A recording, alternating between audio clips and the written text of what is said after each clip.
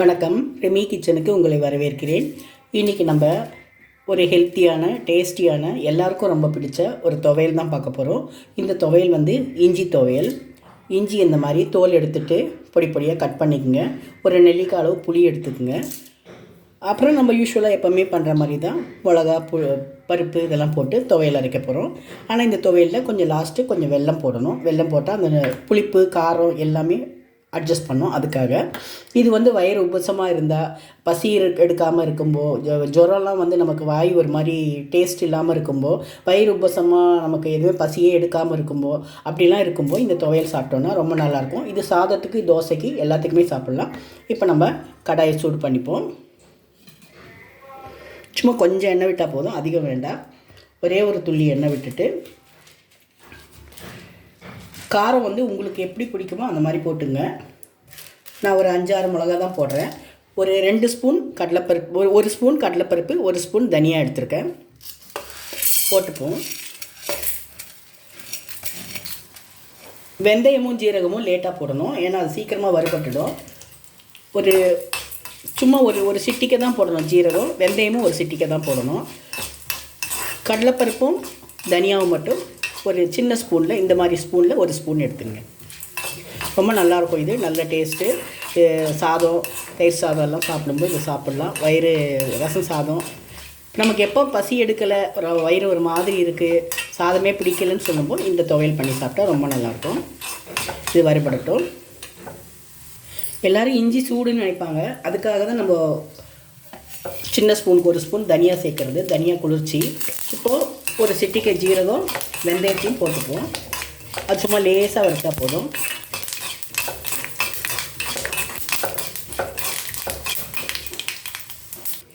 அது வறுத்து எடுத்துட்டோம். இப்போ நம்ம மிளகாவை வறுக்கலாம். மிளகாவை வெறுமனே அந்த கடாயிலே போட்டால் போதும். காரம் உங்களுக்கு எவ்வளோ வேணுமோ அவ்வளோ போட்டுங்க.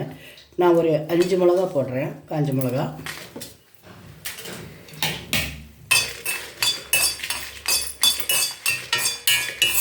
அதை வறுத்து எடுத்துட்டோம் இல்லையா. தனியா, கடலைப்பருப்பு, ஜீரகம், வெந்தயம். தனியாவும் கடலைப்பருப்பும் தான் ஒரு ஸ்பூன், இந்த மாதிரி ஸ்பூனில் 1 ஸ்பூன் எடுக்கணும். மற்றது ஒரு சிட்டிக்கு போதும். இது வறுபடட்டும். இப்போ மிளகாவை எடுத்துருவோம். அந்த பருப்பு கூடயே போட்டுப்போம். அடுத்து கொஞ்சம் இஞ்சி, கூடயே புளியும் போட்டுப்போம். ஒரு நெல்லிக்காய் அளவு புளி. இதை கொஞ்சம் வறுத்துப்போம். எண்ணெயே போட வேண்டாம், அந்த இருக்கிற கடாயில் இருக்கிற எண்ணெயே போதும். கொஞ்சம் வறுத்துப்போம். இப்போவே நம்ம உப்பும் போட்டுக்கலாம்.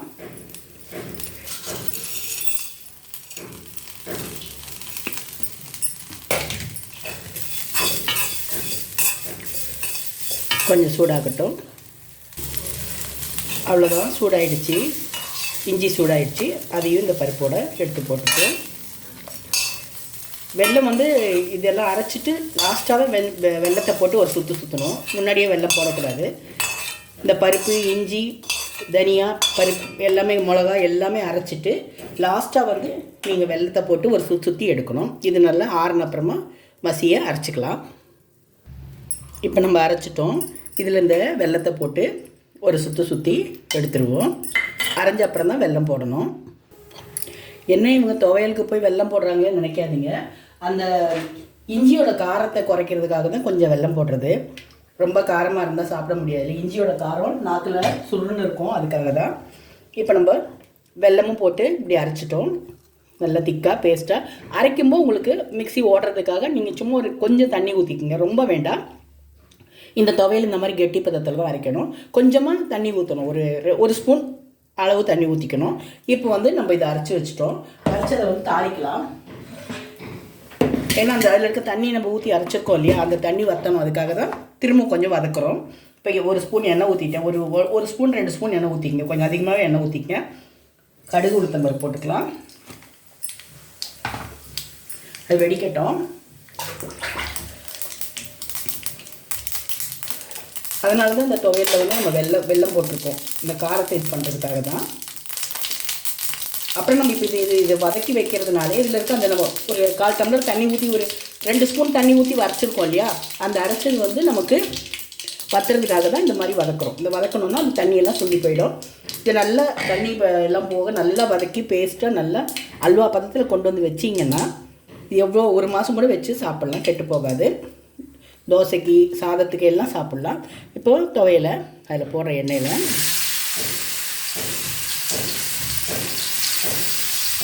எதையுமே நம்ம பதமாக பார்த்து செய்தோம்னா கெட்டு போகாமல் இருக்கும்.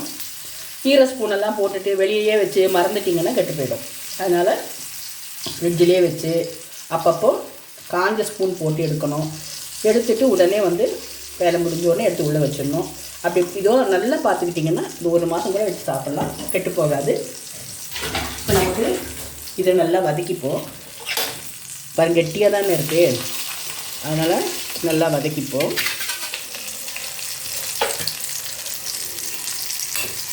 இந்த எண்ணெயில் அதை அப்படியே சுருங்கணும். அது கொஞ்சம் இருக்க தண்ணி கூட வெளியில் வந்துடும். அதுக்காக தான் தண்ணியெல்லாம் போய் இந்த எண்ணெயோடு அது மிக்ஸ் ஆகிடும். அப்போ உங்களுக்கு கெட்டு போகாது. வெல்லம் போட்டதுனால அந்த இனிப்பு சுவையும் கொஞ்சம் லைட்டாக இருக்கும். அப்போ சாப்பிட்றதுக்கு நல்லாயிருக்கும். இந்த மாதிரி செய்து வச்சிங்கன்னா எங்கேயா வெளியில் எங்கன்னா போகிறோம், ஊருக்கு எங்கன்னா போகிறோம்னா கூட இந்த மாதிரி செய்து கொண்டு போகலாம். வீட்டில் இருக்கவங்களுக்கு செய்து வச்சுட்டும் போகலாம். கொஞ்சம் வதங்கட்டும். பாருங்கள் அந்த எண்ணெயெல்லாம் இழுத்துக்கிச்சு, நல்லா சுண்டி வந்துடுச்சு. கெட்டி பதத்தில் அப்படியே நம்ம எடுத்து ஆற வச்சுட்டு அப்புறமா ஃப்ரிட்ஜ்லேயோ 1 நாள் வெளியில் வைக்கலாம். அப்புறம் உங்களுக்கு 2-3 நாளைக்கு வேணும்னா ஃப்ரிட்ஜில் வச்சுக்கலாம், கெட்டு போகாது. கை ஈர ஸ்பூன் போடாமல் இருந்தால் ரொம்ப நல்லாயிருக்கும்.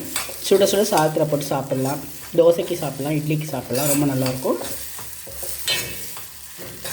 இப்போ நமக்கு அதில் இருக்க தண்ணியெல்லாம் வற்றிட்டு சவுண்டே குறைஞ்சிடுச்சு பாருங்கள். தண்ணியெல்லாம் வற்றிடுச்சு. இப்போ நம்ம இதை எடுத்து வச்சு ஸ்டவ் ஆஃப் பண்ணிடுவோம். துவையல் எடுத்துடுவோம். அல்வா மாதிரி வருது பாருங்கள்.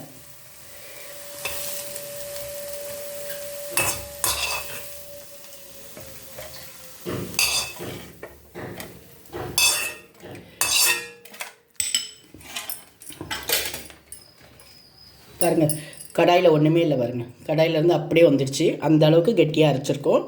அந்த மாதிரி ஒட்டாமல் வந்திருக்கு பாருங்கள். இந்த மாதிரி இஞ்சி துவையல் செய்து வச்சு எல்லோரும் சாப்பிட்டு பாருங்கள், ரொம்ப நல்லாயிருக்கும். இது உடம்புக்கும் ரொம்ப நல்லது. இஞ்சியை நிறைய சேர்த்துக்கணும். சுக்கு, இஞ்சி, மிளகெல்லாம் நம்ம உடம்புக்கு ரொம்ப நல்லது. இதை நம்ம நிறைய சேர்த்துக்கணும். இந்த மாதிரி செய்து வச்சு உங்கள் வீட்டில் தோசை இட்லிக்கு செய்து பாருங்கள், எப்படி இருக்குன்னு சொல்லுங்கள். ரெமி கிச்சன் எல்லோரும் சப்ஸ்கிரைப் பண்ணுங்கள், லைக் பண்ணுங்கள், ஷேர் பண்ணுங்கள். தேங்க்யூ.